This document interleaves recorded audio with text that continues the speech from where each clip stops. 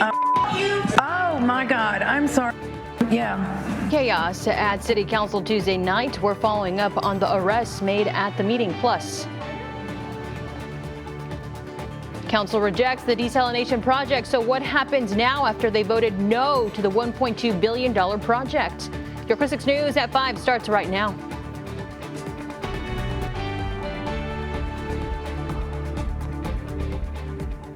Well, good evening and thank you for joining us. I'm Clara Benitez Cortez. The Corpus Christi City Council voted down the Inner Harbor desalination plant, but right after that, they agreed to ask the state for more time on the $200 million they have in water funding. Councilman Gil Hernandez wants to also redirect the funds to different projects. Combination of $200 million that we got in the first tranche and then another $200 million, maybe that would suffice to get us the water we need in the time frame that we need it. But in a letter to Councilman Carolyn Vaughn, the Texas Water Development Board said money already issued must stay with desalination, and moving future dollars would require formal approval, something the board says they have never done before. Councilman Hernandez says the city needs a consultant to walk them through the process. The board will take up the city's request later this year. Now, tensions continued to boil over at Tuesday's Corpus Christi City Council meeting. 3 people were arrested, including former mayoral candidate Dr. Isabel Araiza. Sovereignty! Black sovereignty now! He's hurting my Araiza was speaking against cuts to Parks and Rec's program when a council member called her loud and boisterous. She responded with profanity and was escorted out. 2 other women were also arrested during the heated session. Araiza's disorderly conduct charges were later dropped. We've reached out to city officials, including Mayor Paulette Guajardo, for comment. We'll let you know once we hear back. Now, with the city of Corpus Christi's vote on Tuesday, alternative sources for water are now taking center stage. One of those proposed alternatives is the Evangeline Aquifer. However, as we previously reported on, the city of Sinton and other San Patricio County leadership are against the project. Neighborhood News reporter Adam Beam caught up with County Judge David Krebs. Last week, Judge Krebs and other county officials approved a resolution supporting Sinton's effort to block the Evangeline deal. Today, he stands by that resolution and says all counties in the Coastal Bend must work together to solve our water woes. We all need to come together. City of Corpus, all of the surrounding communities, and try to get this problem solved. Because if we don't get the problem solved, South Texas is going to become a dust bowl. In regard to the Evangeline deal, so far only a draft agreement has been approved. However, if the project moves forward, it would potentially bring in 24 million gallons of water per day. And if you're wondering what our lake levels look right now, we'll take a look at your screen. Today, our lake levels are at the total combined capacity of 13.3%. 1 week ago, we were sitting at 13.7%. And 1 month ago, we were sitting at 14.7%. And 1 year ago, we were sitting at 24.4%.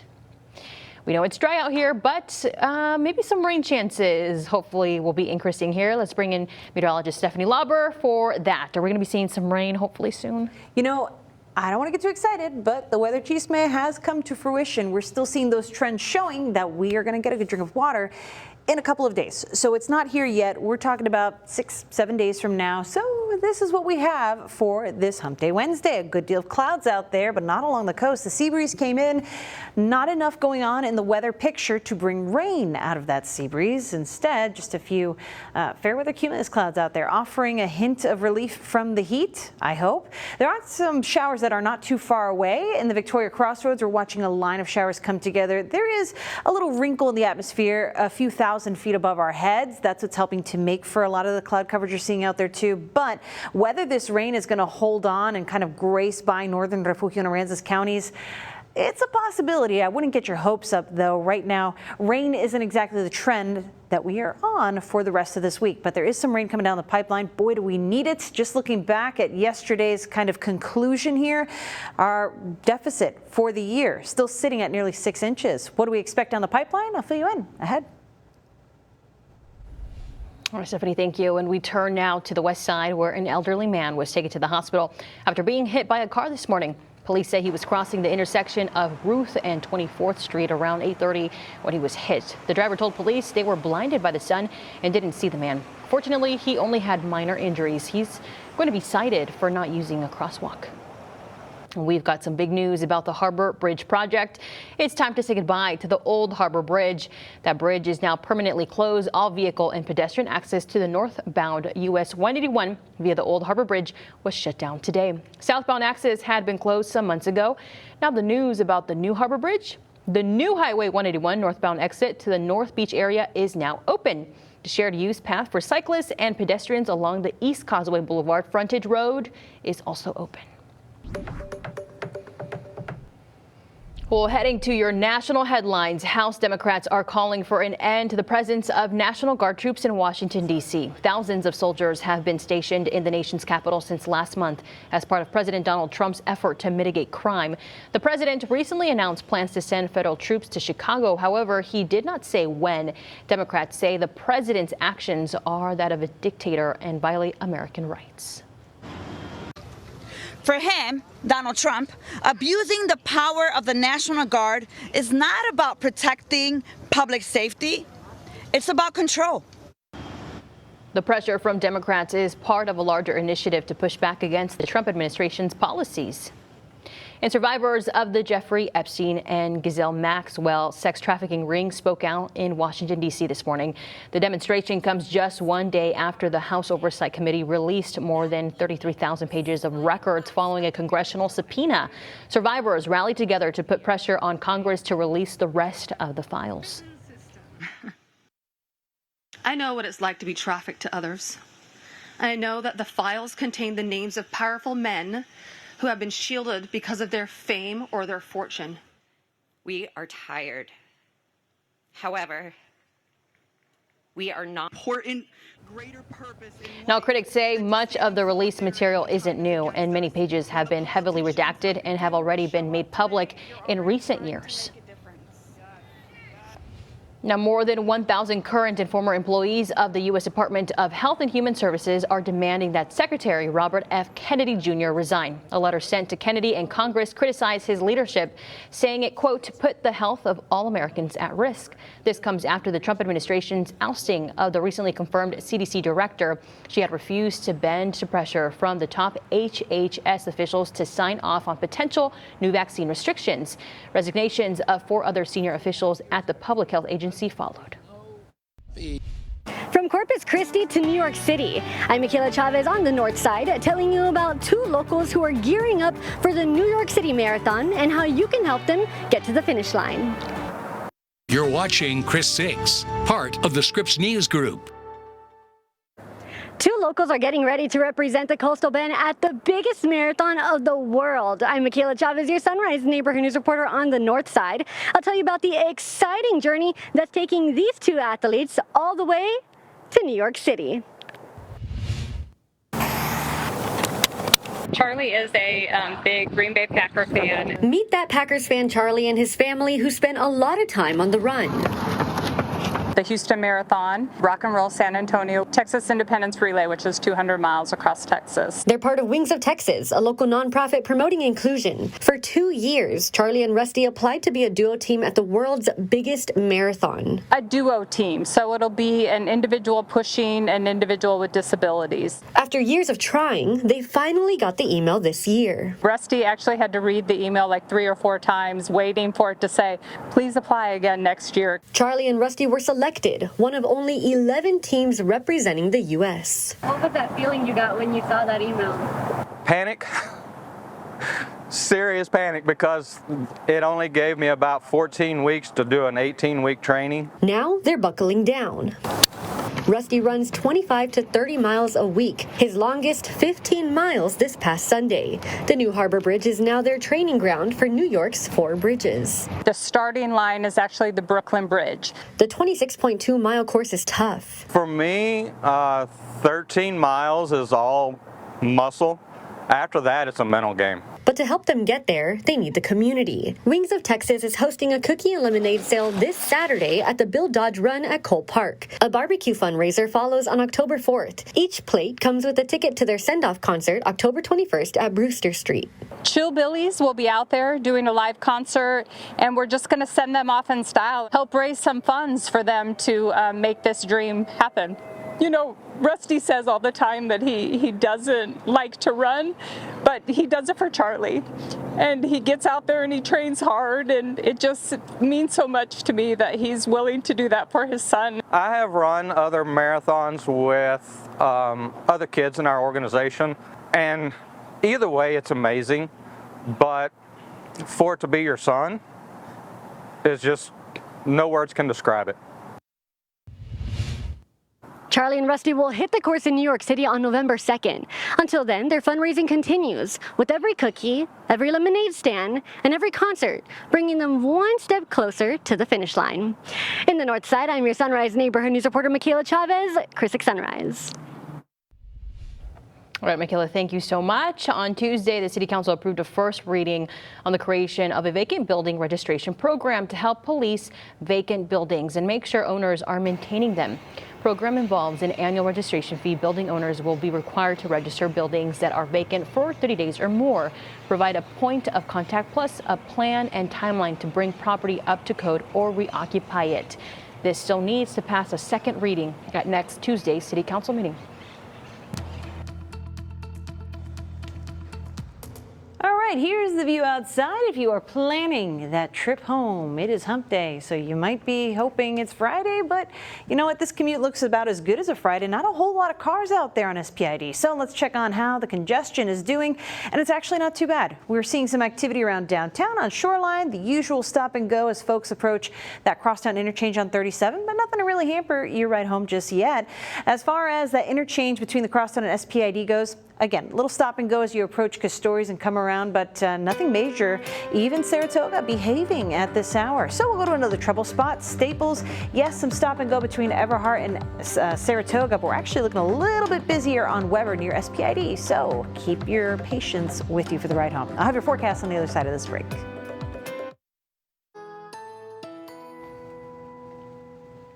Hey there, we're taking a look outside. It is a beautiful day, and it's even better when you get to enjoy it from inside in the air conditioning because it is spicy out there. Corpus Christi's hit 100 degrees today, and they're not the only ones to do it. Along the coast, getting that fresh breeze off the slightly cooler waters does help, but even then, haven't had a whole lot of wind to contend with for today, and while we're generally drier, there's still moisture above our heads too. So unfortunately, we couldn't do anything to get rain out of that, at least not to the hour that we're at right now, but at least we're feeling a little more true to temperature because of the slight decrease in humidity. Here's how it stands for us. In the Bluff, 90 degrees. NAS Corpus Christi still feeling like 98 degrees.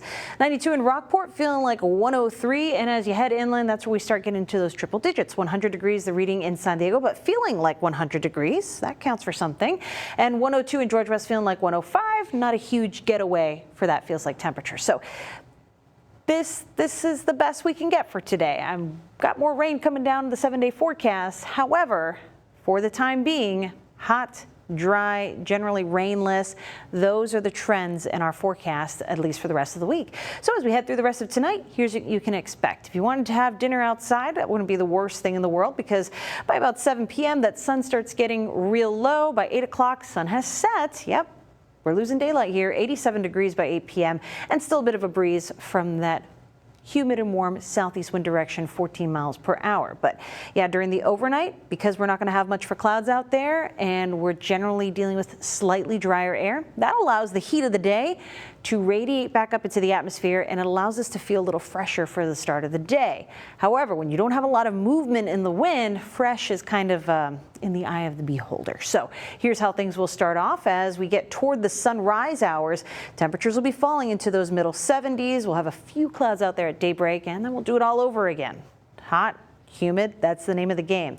As I mentioned, there's a bit of a wrinkle upstairs in the atmosphere. That's what's kicking off some showers by Victoria, but looking far out at the big weather picture, there really isn't a lot to influence our weather. I know this map looks pretty crazy, but there is one other thing I want to point out to you on this map, and it's way over here. We don't normally talk very much about the Eastern Pacific, but Lorena, that is a hurricane that is near Baja California, and we are going to be watching that into the next couple of days because as it makes this trek inland over northern Mexico, we are going to enjoy some of the moisture from that.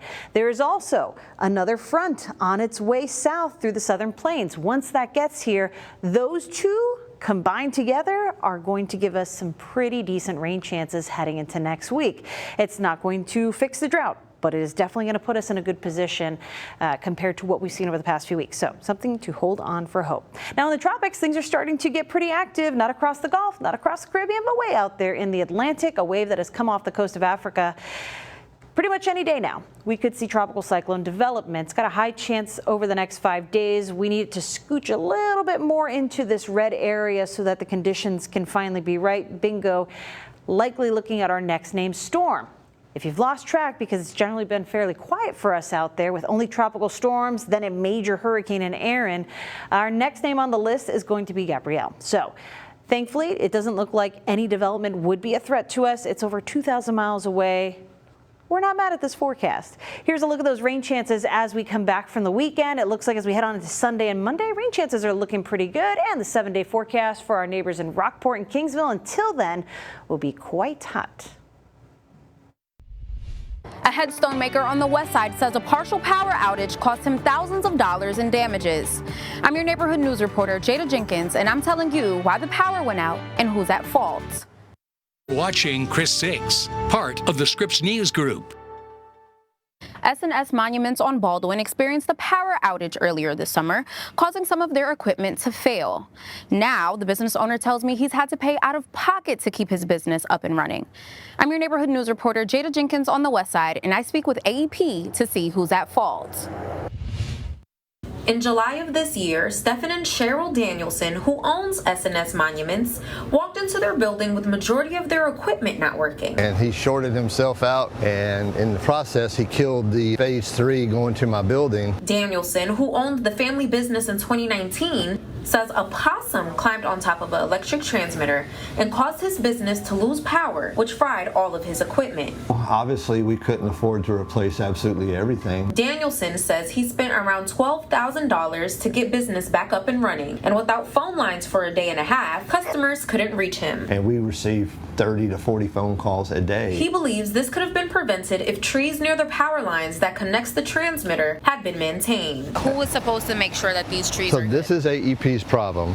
So he filed a claim with AEP, and they responded in a letter stating their investigation determined the incident was caused by an animal, which was beyond their control. Hold on a second, man. You're not talking about a huge company. He says running a small business is already hard enough. They're denying it because a possum shorted it out. My argument is if you maintain your trees and everything that we're not supposed to touch, possum would have never been up there. Stephen says it's been 3 weeks since AEP promised crews would clear them out, but nothing has happened. I spoke with AEP rep Omar Lopez, who admits the tree trimming response could have been better. It is our responsibility to manage that vegetation. He says crews are now scheduled to check the lines. I have a crew going out there today. We're going to reevaluate everything and see if we need to trim some more. But for Danielson, he says without reimbursement, the damage is already done. We're just trying to survive like anybody else. And neighbors here tell me they hope crews will come to cut the trees to prevent this from happening again. On the west side, I'm your neighborhood news reporter, Jada Jenkins, Chris 6 News. Jada, thank you. Being a millionaire has never been so close, yet so far away. We're keeping you updated on the 5th largest Powerball, just how much you could win. Coming up. Chris 6, part of the Scripps News Group. All right, welcome back. This news will make you feel like more than $1 million. Try $1.3 billion. That's how much the Powerball jackpot has climbed, and it's the 5th largest in history. The odds of winning, though, aren't so hot. It's 1 in 292 million chances. If someone ends up winning the grand prize, they can receive the jackpot in installments over 30 years or take a one-time lump sum payment of over $634 million. The Powerball jackpot has been climbing ever since the last winner in May. Well, good luck to everybody. I wish I could afford to, have any that amount of zeros in any account ever. Right. There's a lot of zeros, but a lot of zeros. Are we seeing any zeros in our forecast? You know, for the next couple of days, yeah, as far as rain goes. But at least we got 2 zeros tomorrow, 100 degrees. I hope that's the last one for 2025, but we've got some better temperatures coming your way Sunday and Monday. Look at that, 87. When's the last time we've seen that for a high temperature? It comes with some rain. I think Monday's going to be our best bet with that rain too. So I'm excited. Some of that may linger into as far as Tuesday afternoon. Right now, I don't want to get our hopes up for Wednesday, but you know, Sunday, Monday, Tuesday, not bad, not bad. Yeah. Get excited. Dropping back into the 80s. Hey, that's good. All right, thank you so much for joining us. We will see you here back at 6 o'clock. Have a good evening.